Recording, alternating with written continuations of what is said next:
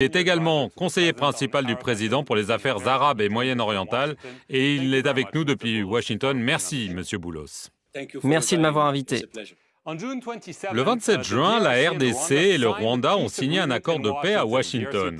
Le président congolais Félix Tshisekedi a déclaré espérer que cela allait ouvrir une nouvelle ère de stabilité dans cette région déchirée par la guerre.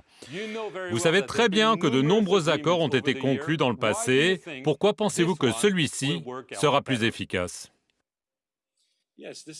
Oui, c'est très juste. C'est un accord historique.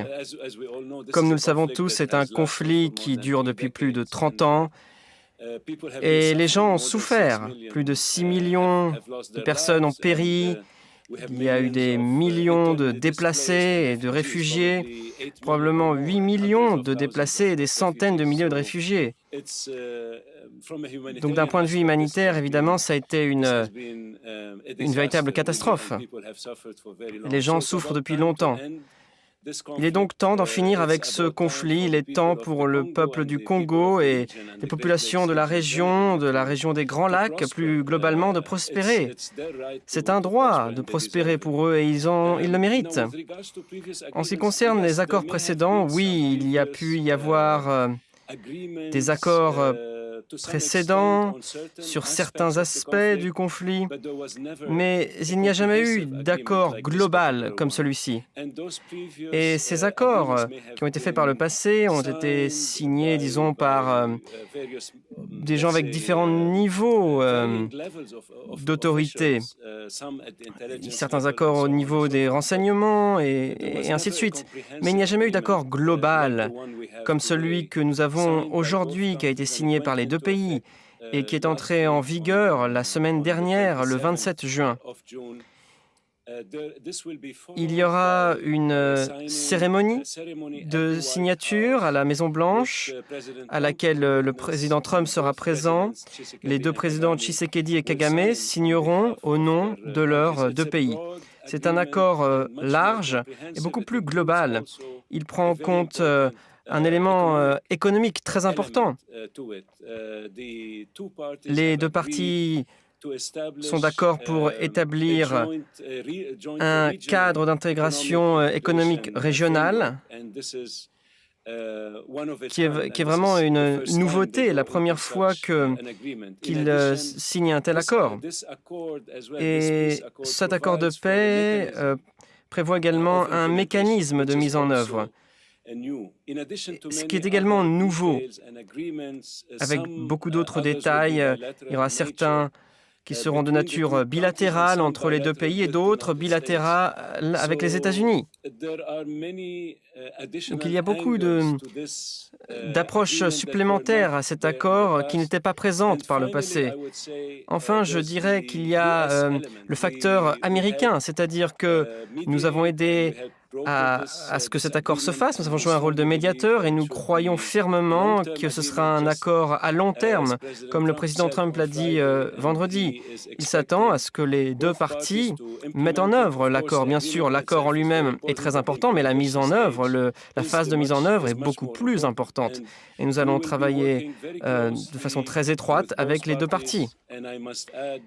Je voudrais également ajouter que cet effort, cette initiative est complémentaire avec des initiatives déjà existantes, qu'elles soient régionales, telles que la Communauté d'Afrique de l'Est, ou la Communauté de développement d'Afrique australe, ou de nature continentale comme l'Union africaine, qui a joué un rôle très important. De plus, nous avons également le soutien du Qatar, qui a joué un rôle crucial en ce qui concerne les dialogues internes entre le gouvernement de la RDC et le groupe armé M23. Et c'est aussi un autre angle qui fait partie de cet accord de paix et qui n'était pas présent par le passé. Donc il y a plusieurs aspects qui diffèrent et qui sont complémentaires par rapport à ce qui s'est fait. Monsieur Boulos, vous l'avez dit vous-même, c'est la mise en œuvre qui est essentielle. Nous observons déjà deux interprétations divergentes. Il y a en effet deux éléments clés sur le plan sécuritaire. La neutralisation des forces démocratiques de libération du Rwanda, la milice FDLR, par l'armée de la RDC et d'autre part le retrait des troupes rwandaises de la RDC. Mais les Rwandais disent déjà, d'abord il faut neutraliser les FDLR, puis nous nous retirerons. Et la RDC dit non, non, non, non, cela doit être fait en même temps. Quel est le point de vue des Américains sur cet élément clé? Faut-il faire l'un après l'autre ou les deux ensemble? Oui, absolument. Et ça a été la principale pierre d'achoppement par le passé, y compris les différentes initiatives qui ont été faites par le passé. Ces choses-là doivent aller de pair. Les deux parties se sont mis d'accord pour établir un mécanisme de sécurité commun. C'est très important et c'est fait partie de l'accord. Pour la première fois, ils ont établi un mécanisme de sécurité commun en vertu duquel toutes ces choses feront l'objet d'un accord commun et coordonné par les deux parties. La neutralisation des FDLR est un point très important, ainsi que la fin des mesures défensive prises par le Rwanda. Tout ça va de pair.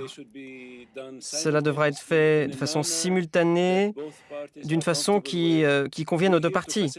Nous sommes ici pour jouer un rôle de facilitateur. L'Union africaine est là aussi pour jouer un rôle de coordinateur, ainsi que le Qatar. Mais il y a également d'autres acteurs internationaux qui vont aider. Nous savons maintenant que la France va organiser une conférence à Paris en septembre pour parler de l'aspect humanitaire et également d'autres aspects probablement, y compris des aspects économiques. Donc il y aura un contrôle, il y aura de l'aide, de l'assistance, un suivi qui sera très étroit de la part de tous ces acteurs. Monsieur Boulos, sur la question spécifique du groupe rebelle du M23, le dernier rapport des experts de l'ONU dit clairement qu'il est soutenu et dirigé par le Rwanda. Or, ce sujet du M23 n'est pas abordé dans cet accord de paix. Il doit l'être dans le cadre de la médiation menée par le Qatar.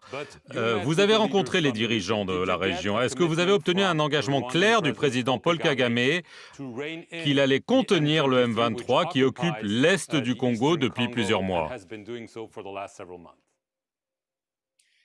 Oui, le président Kagame a exprimé son engagement total envers cet accord de paix.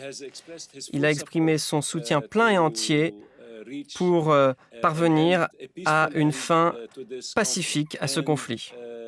Spécifiquement sur le M23? Oui, spécifiquement sur la question du M23 et sur les négociations qui se déroulent à Doha. Comme vous le savez, les pourparlers de Doha se déroulent maintenant depuis plusieurs semaines. En ce moment même, ils sont prêts pour commencer un nouveau cycle de négociations. Et nous espérons que ce cycle-là ait une fin qui soit positive et que ce soit le dernier cycle des négociations.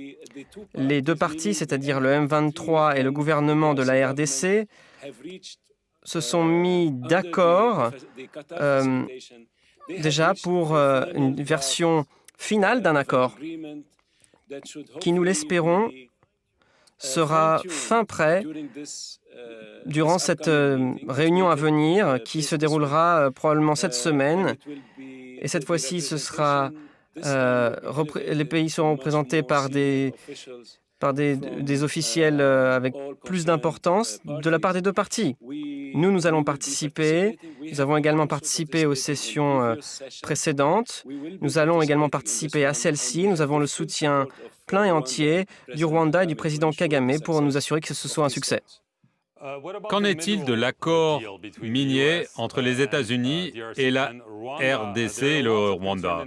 Beaucoup en RDC craignent que les États-Unis vont obtenir des avantages indus, qu'ils vont piller les biens du sol congolais. Alors, cet accord n'a pas été encore signé. Est-ce qu'il va être signé? Est-ce qu'il sera secret? Est-ce que vous pouvez nous dire si les États-Unis vont en effet mettre la main sur les richesses congolaises? Je ne dirais pas les choses de cette manière. Je dirais que les entreprises américaines vont investir en RDC et comme nous le savons, les entreprises américaines sont des entreprises qui se comportent très bien. Elles sont là sur le long terme, ce sont des investissements à long terme. Ces entreprises vont respecter les lois des pays qui les accueillent, les réglementations, y compris tout ce qui concerne les lois sur le travail des enfants et la protection de l'environnement, les impositions et toutes les autres règles et régulations. N'oublions pas que les entreprises américaines doivent respecter les lois américaines, les réglementations américaines en ce qui concerne la corruption, la taxation, le travail des enfants, l'environnement et ainsi de suite. Ces pourparlers sont encore en cours. Il y a des négociations entre les deux gouvernements, mais également entre la RDC et d'autres membres du secteur privé. Les entreprises américaines et d'autres entreprises provenant de pays alliés, au moment où nous parlons, sont en train de négocier avec la RDC et avec le Rwanda. Il y a un certain nombre d'entreprises américaines qui sont intéressées par un investissement au Rwanda et c'est là où ce cadre d'intégration économique régionale devient utile. En vertu de ce cadre, certaines entreprises vont investir aussi bien à l'est du Congo qu'au Rwanda. Il y aura des investissements considérables en ce qui concerne en amont et en aval. Donc, la façon dont ces minéraux seront traités, certains seront traités au Rwanda, mais il y aura un accord qui sera signé à la Maison-Blanche en même temps que les autres accords. Il n'y aura rien de privé ou de secret, de quelque manière que ce soit. Ce sera annoncé très prochainement, mais dès qu'ils seront signés, eh bien, ils seront rendus publics. Il y a deux aspects, l'extraction minière et les infrastructures. Massad Boulos, merci d'avoir été avec nous depuis Washington et merci à vous d'avoir regardé cette émission sur nos antennes.